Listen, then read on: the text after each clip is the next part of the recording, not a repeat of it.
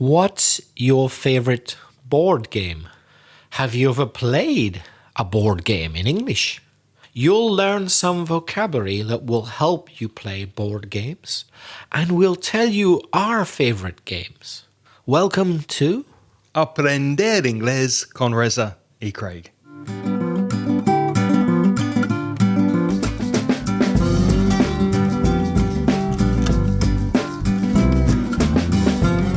Hello, I'm Reza. And my name's Craig. And with nearly 50 years of teaching between us, we'll help you improve your English and take it to the next level. How are you, Craig? I'm wonderful, my friend. A lovely sunny day in Valencia. It's a beautiful, beautiful day, and I'm happy to be podcasting again with you this week. How are you? I'm the same as you. I'm enjoying this weather. It's sunny, but it's kind of cold. It's crisp. I would describe it as a nice crisp winter's day. That doesn't mean we're eating crisps. No estamos comiendo papas. It's a crisp winter's day. It's a sunny, crisp day, my favorite weather. If you are a new listener, you're very welcome to the podcast. Thank you for joining us. And if you're coming back as an AIRC-holic, Aprender Inglés con Reza y Craig, AIRC-holic, then welcome back and thank you for joining us again. What's first this week, Reza? Well, let's get started with a voice message, which has come all the way from Mexico City. Here's Berenice. Hi Reza, hi Craig. My name is Berenice Martinez. I'm from Mexico City, and I just want to say thank you for your podcast because they are really helpful for me. They have helped me with my listening skills. I know I need to improve more my speaking. It's very hard to try to speak in English for me. I would like you to make a podcast about how to do a job interview in English for non-native speakers. Thank you for everything and goodbye. Well, thank you very much, Berenice, for your lovely message. Beautiful pronunciation and very, very good English. Any comments, Reza? Yes, Berenice, I'm not quite sure why you say, I find it hard to speak English. You speak very well. You've very clear and good pronunciation. Yep, perfectly understandable and well done. So we think your speaking is excellent. Regarding your question about job interviews, we have spoken about this before on previous podcasts, specifically 185. So Berenice, go to inglespodcast.com/185. Also, job interviews on 58, so inglespodcast.com/58, and also on 43. So go back to inglespodcast.com/43. All of those podcasts will help you prepare for a job interview. And if you would like more practice and more details, we do have a job interview course on Mansion Inglés.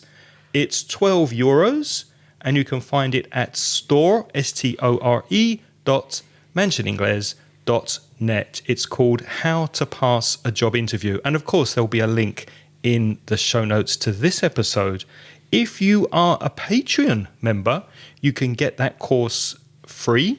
It's on the Patreon webpage, and it's the very first post. So you have to go back to the beginning on Patreon to find post number 1, and you can download the ebook and the audio that goes with the ebook. So there you go, Berenice. You've got quite a few hours of practice material there. Get started and good luck with your interview. But maybe that's not enough. Maybe you want more practice. Not only the podcast we've produced and the ebook that we've created, but maybe you want to have practice with a real native speaker, practicing before your job interview, a kind of simulation of the actual interview. Reza, how could somebody do that if they have a job interview that's coming up very soon? Well, listening is good, but as Craig says, you want to speak as well. That's where our sponsor, italki, might be able to help, because with them you can speak as well as listen to a teacher, a native teacher of English or in fact, any language you want. In italki, what they do is they get you in touch with native speakers via something like Skype, anything where you've got audio and a video, that's all you need, and then you'll be able to use italki. So, what are the advantages of italki compared to a person sitting next to you? Well, of course, you decide the time, the place, when you have the class. All you'll need is an internet connection. And you can even decide the price, because in italki, they have profiles of lots of different teachers all around the world. And according to their experience and their qualifications and other things, their availability, etc., they'll charge different prices. So you can have a look at their profile and decide which teacher would be the best for you. So whether or not you're preparing for a job interview or giving a presentation in English or preparing for an exam, or you just want to practice your general English, Reza and I both recommend italki as a good website to find the teacher that's right for you. If you would like some more information, go to the show notes for this episode, that's inglespodcast.com/296, and click on the italki link or the italki image in the show notes. And when you sign up for your first lesson and pay for your first lesson, you get a $10 free italki credit that will help you get started with your classes. And thank you very much, italki, for sponsoring this podcast. Okay, Craig, our next feedback is an email. So it's written, and it's from Marcela from Argentina. Marcela was the person who suggested that we speak about Argentina back in episode 294. So if you want to hear that, go to inglespodcast.com/294. But she's got another piece of advice for us in her email. Would you like to read it, Craig? Yeah, this is Marcela's email. She said, "Hi, I'm writing this message from Madrid. With my family, we are on vacation in Spain. We spent Christmas and New Year here." Oh, lucky for you. "And at first we visited Granada, Sevilla and Cordoba. They are stunning places. Unfortunately, we didn't go to Valencia, but I'm sure it's beautiful too. I wanted to tell you that we took a tour. We went on tour in Toledo in English, and I could understand everything thanks to your podcast." Wow. Spain is a lovely, interesting country with centuries of history and a cultural mix reflected in its buildings. We loved it. I think you really have chosen a wonderful place to live. "And," says Marcela, "I saw alfajores, Havana, in a supermarket. They are certainly the best." Well, I've never seen Havana alfajores in a Spanish supermarket, only on the internet, on Amazon. Have you, Reza? Do you know that brand, Havana? It's the best. Yeah, they have alfajores that are covered with dark chocolate, and they are my absolute favorite. In fact, on my Amazon account, I've got Havana saved in my wish list because I'm trying to lose weight. And when I've lost the weight and arrived at my target weight, I'm going to order a box of Havana to celebrate. Not a box. Some people order a box of Havana cigars, not Craig. No. Havana alfajores. That's right. So thank you very much, Marcela, for telling us about your trip. And yes, Granada. I was in Granada and Cordoba and Andalusia in September, and it's a beautiful part of Spain, and I understand totally why you liked it so much. So thanks for telling us about your trip. I've been to Granada and Seville, but I haven't been to Cordoba. I must try Cordoba. It's on my wish list. I'll have to go there, Marcelo. You won't be disappointed. The Moorish architecture, it's not too big. It's nice and compact. You can easily walk around the city centre, and it's a lovely, lovely atmospheric city, and it's one of my favourite cities in Spain. Yeah. Toledo, of course, a magnificent place, and of course Madrid. I love your idea. What a good tip from Marcela. Why don't all of you do this on purpose if you get a chance? Even though you're in a Spanish-speaking country, why not go on a guided tour in English? Yeah. It'll be really easy if you think about it, because it's a Spanish-speaking country, so you'll already have a very good idea what they're talking about. So yeah, why not do it in English? Brilliant idea. And if you do it, please let us know, like Marcella did, because we're very interested to hear that how much you understand from these English tours. So let us know if you do that. Marcella, if you got any tips about good dulce de leche, please let us know about that as well. Dulce de leche. Dulce de leche, por favor. Qué bueno. Nos encanta. Yo me encanta.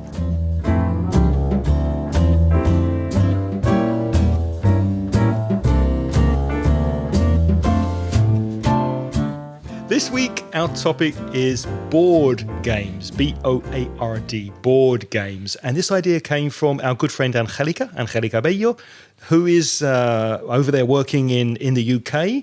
She's the alcoholic who keeps on giving, I think. These ideas are wonderful. So thank you, Angelica. Yeah, Angelica, how's life over there in London? I hope you're enjoying it. A big hug from us. Let's look at some vocabulary connected to board games, because if you're playing a board game in English, you need to know things like roll the dice, for example. Dice is a plural noun, isn't it? What's one dice? Yeah, that's an old question, isn't it? It's one die. Like D-I-E. D-I-E. Yeah, one die, two dice. It's like mouse, mice. Yeah, one die, two dice. So die, the verb is morir, but die, the noun, is what you play a game with. Yeah, but you almost never hear that, do you? Hardly anybody ever wants one. They always want two dice. Or even if they want one, people say the plural dice. They do. It's curious, but there is a singular, die. That's true. Even if there's one, I'd say, hey, can you please give me the dice? And there's only one. So you can roll the dice, which basically means throw the dice to play a game. And for many games, as well as dice, you're going to need counters. Now, a counter could be something that counts, like an electric meter is a type of counter, like you've got in your house, which tells you how much electricity you're using. That's a type of counter. But we're not talking about that type of counter here. For a board game, a counter is a small object which represents you. So let's say there are 3 players in the game. There will be 3 different counters, perhaps to move around the board. Like somebody might be a car, somebody is a plane, and somebody's a boat. So you've got 3 different counters to distinguish where each of you is on the board. And sometimes these counters are little plastic discs of different colours. When you're starting a game, who begins? Who goes first? Well, sometimes, to be fair, you might take a coin and just toss it. T-O-S-S. To toss a coin means to throw the coin in the air and catch it. And then the coin will fall on heads or tails. So you could toss a coin and then say heads or tails. And then the person chooses one, and depending on if they're correct or not, that person goes first. Toss a coin or flip a coin, some people say as well. So Craig's talking about turns, so it's important to understand it's your turn. Or you can say it's your go, te toca. It's your turn, it's your go. Or if you're not sure, you can ask, whose turn is it? Or whose go is it? Or maybe, who's next? And you could say, I'll go first. If you want to begin, if you want to start, you can use the expression to go first. So I'll go first, or no, you go first, or you start, or even with the phrasal verb to start off. You start off, you go first. Now, in some games, sometimes you either can't or don't want to do anything when it's your turn. So you can pass. So sometimes in some games you have the right to just do nothing when it's your turn. So you pass. One kind of game you can play is with cards, las cartas. And cards come in a pack. So how many are there in a pack of cards, Reza? Well, let's think. We've got ace. 1 is the ace, yeah. Ace. 2, 3, 4, 5, 6, 7, 8, 9, 10. Then what we call jack. Then queen. Then king. That's 13, isn't it? Yeah, times 4. 4 suits. So a suit is hearts is 1 suit, clubs, diamonds, and spades. So 4 times 13? 52. Yeah, 52. You could say 54 if you add the jokers. that's right. There are usually 2 jokers in a pack. So we say a pack of cards or sometimes a deck of cards. D-E-C-K, a deck of cards. When was the last time you played cards? Oh, a long time ago. At least about maybe 4 or 5 years ago. Longer for me, I think. Wow. Can you play poker? Yes, I can, but very badly. I even forget the rules sometimes, but I can more or less play. If you want to mix the cards up, not only with playing cards, but also some games have cards, like one of my favourites, Trivial Pursuit, for example, you need to mix the cards together. The verb we use for that is to shuffle, S-H-U-F-F-L-E. So you shuffle the cards, or you shuffle the deck. Of course, shuffle has a different meaning. If you walk along very slowly, not lifting your feet, you're shuffling along. So you shuffle the cards, you mix the cards, and it's also a way of walking, to shuffle along. Now, in some games, you just take the top card. So the card which is at the top of the pack or deck. But there are other games where you have to pick a card. So that means without looking at what the card is, you go to the middle of the deck somehow and take one out. Or in a magic trick, very often a magician will open up all the cards and say to you, pick a card, any card. So pick a card is when it's random. And if you put the card on the table so that you cannot see what's on the card, you put the card face down. Also, when you're playing dominoes, you put the dominoes face down, so you're hiding the information on the card. Obviously, the reverse is face up. Face up, you can see it. Face down, it's hidden on the table. Now, we talked about your turn or your go, but we often use the word move. It's your move, or it's my move. Above all, for games like chess or drafts or checkers, where there's an actual piece or counter that has to be moved around the board. Yeah, so it's your move is common for those games. Chess or drafts, which is damas. And a common expression would be, whose move is it? Or whose go is it? A quien toca? Whose move is it? Who's going to move next? So you move around the board.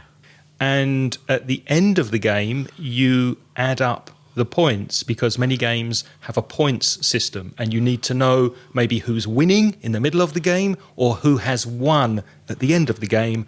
And to do that, you add up the points, the phrasal verb to add up. So not all games are like that. For example, as I'm sure all of those who play chess know, you either win or lose, or it could be a draw, but there are no points. Once it's checkmate, the game's over. But in other games like Scrabble, you add up, or we could also say tot up the score, the points. So depending on what letters you've used in Scrabble, you know, each letter is a different number of points.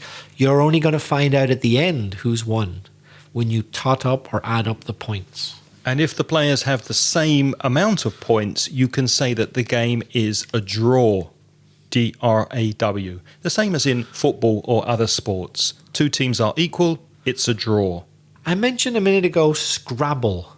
Scrabble is a very, very popular board game. I think it's also called Scrabble in Spain, isn't it? It's the same word. Yeah, I think so. And it's also very good for learners of English. If you're playing Scrabble, you're learning to spell, you're discovering new words. You could use a dictionary to check spelling of words. Scrabble is a very useful board game for improving your English. So, Craig, can you think of any other board games like Scrabble which are popular all over the world? Well, a very popular board game that I used to play with my family when I was young is Monopoly, which I think is similar in Spanish. Monopoly. Yeah. And Monopoly is, well, exactly what the title suggests. It's all about trying to get a monopoly.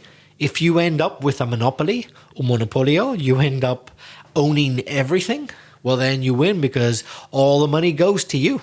That's the aim of the game.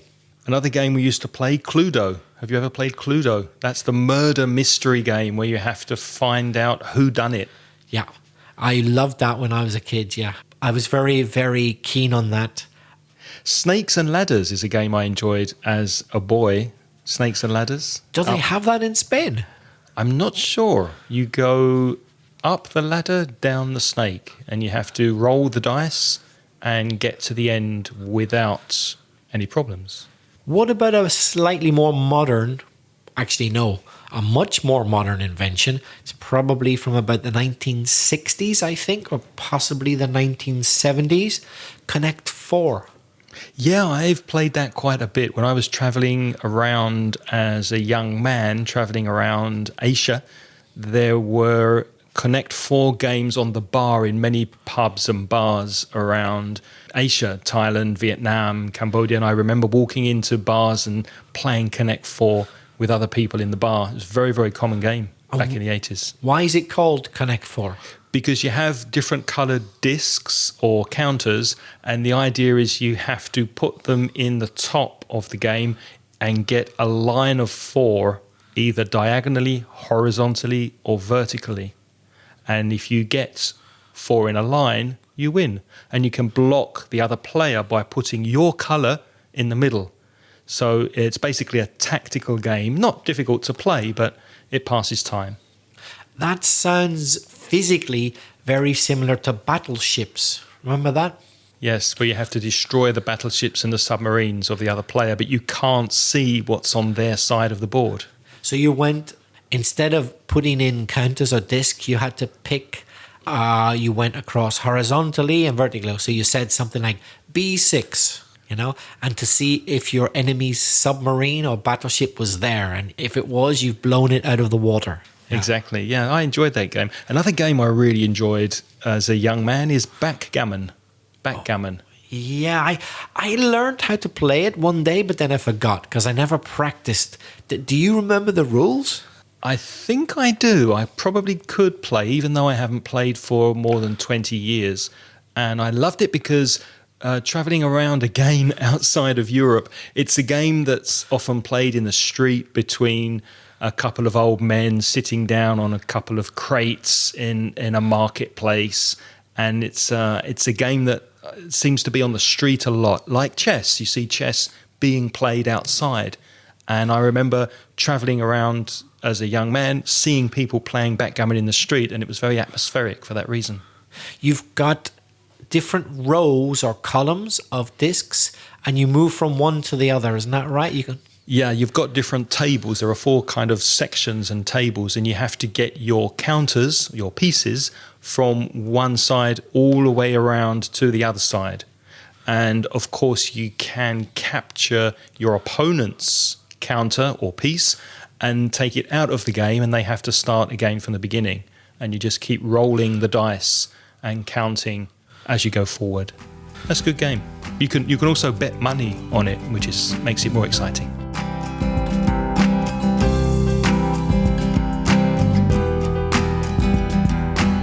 We mentioned a game earlier, which was checkers, which is the American version of drafts.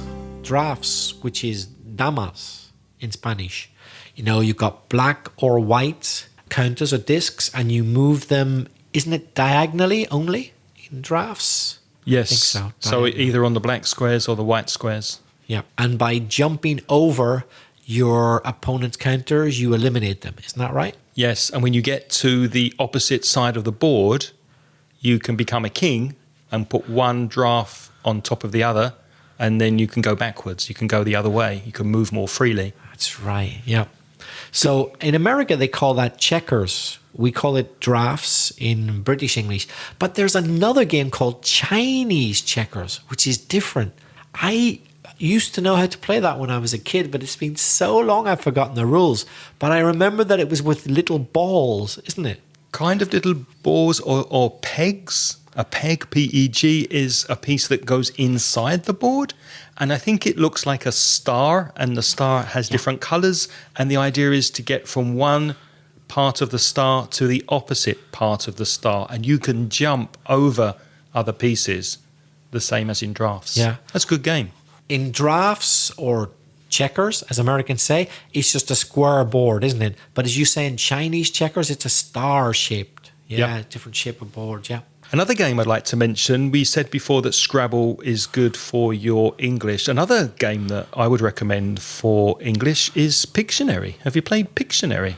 I have when I was a kid. Yeah, I played it. It was very, very entertaining. Isn't that the game where you've got a picture and you need to describe it? Yeah. Which would be very good for descriptive language. Yes, it's the sort of thing that we English teachers often use in class to help students practice their language to give definitions. It's very, very useful. What other common games do you use in class to help your students learn English? Trivial Pursuit. So Trivial Pursuit is based on trivia. So things that you know that you don't really need to know. Maybe they're not very useful to know. They're not going to help you get a job or anything like that. They're not going to save the planet, but they're just interesting. It's trivia. It's divided into categories, isn't it? So you've got general knowledge, sport, cinema, history, geography, whatever. science, yeah. And it's called Pursuit because in the original version, there's a board, as well as the questions written on cards. You've got counters which go around the board, and if you get the question right, you get to move your counter. And if you get it wrong, you don't get to move your counter, I think is the rule. And you move around the board, and then once you go all the way... let me correct you. I think you roll the dice, and then you move the counter around the edge and then up to the centre. Yes. And you have to get exactly the right number on the dice or die to get to the centre, and then you win. And then you answer questions to get another roll of the dice, I think. That's it, right. Okay. I think that's the way you play it. Yeah. But in class, teachers often use a version which doesn't have any board necessarily, just maybe the dice and the questions. Yeah. The element of chance, the random aspect, you don't know what the dice is going to roll. And you don't know what the question's going to be. Adds a bit of fun to it, that you don't actually pick your own questions to answer.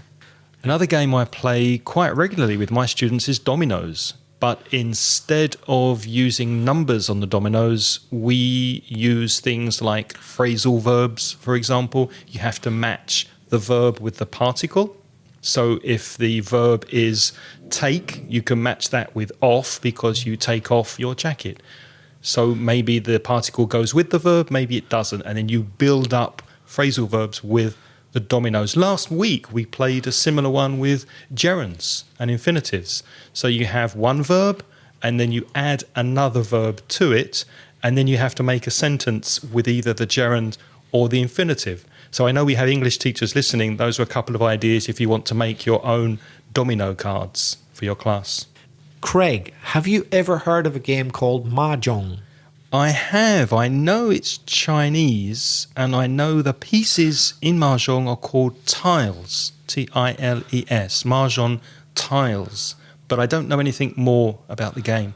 Me neither, to be honest. I've never played it, but I've taught quite a few Chinese students, and I know they often talk about how much they like Mahjong. I think it's one of the most popular games in the world. Well, if it's very popular in China, it's popular in the world because a lot of people live in China. But it isn't the oldest game in the world. Do you know what the oldest surviving game in the world is?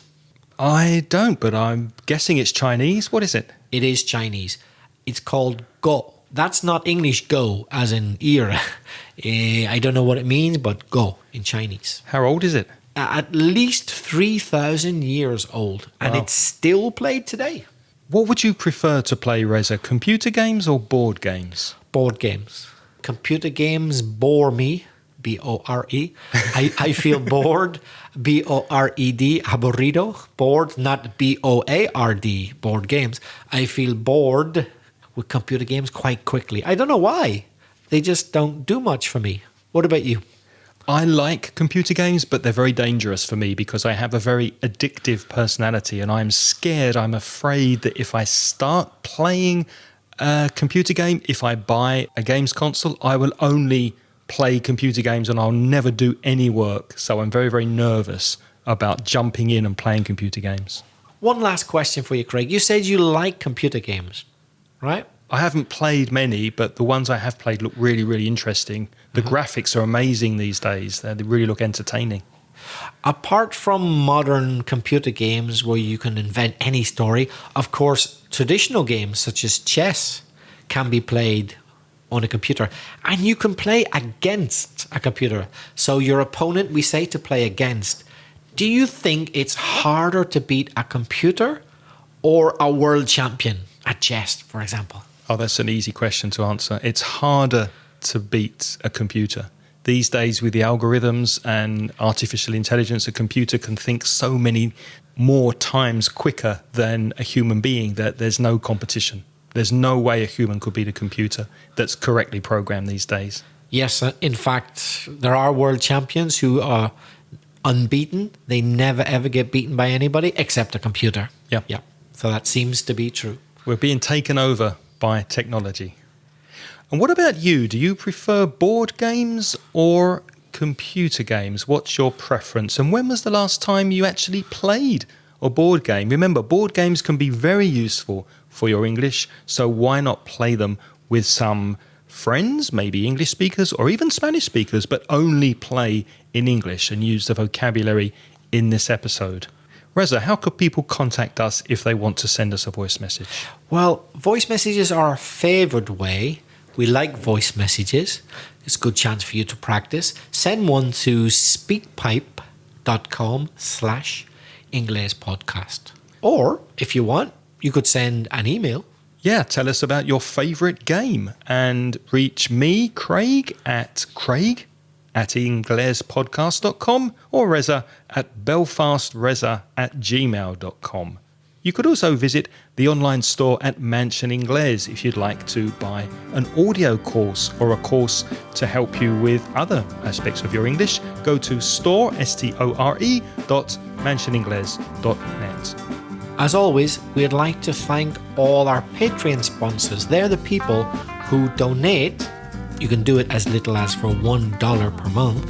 They donate that to us and they get instant access to recent transcriptions, so they get all the words of the audio.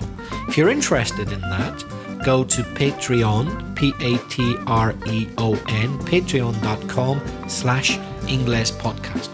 And we'd like to welcome new Patreon supporters who have joined us this month, and they are Norman Foster, Richard Calavia, Joshua FZ, Nacho, and Carlos Davila. Thank you very much for joining our Patreon program. Reza, what's next week? Next week's episode is on personal finance. Until then, thank you very much for listening this week. It's goodbye from me. And bye-bye from me. The music in this podcast is by Pitts. The track is called See You Later.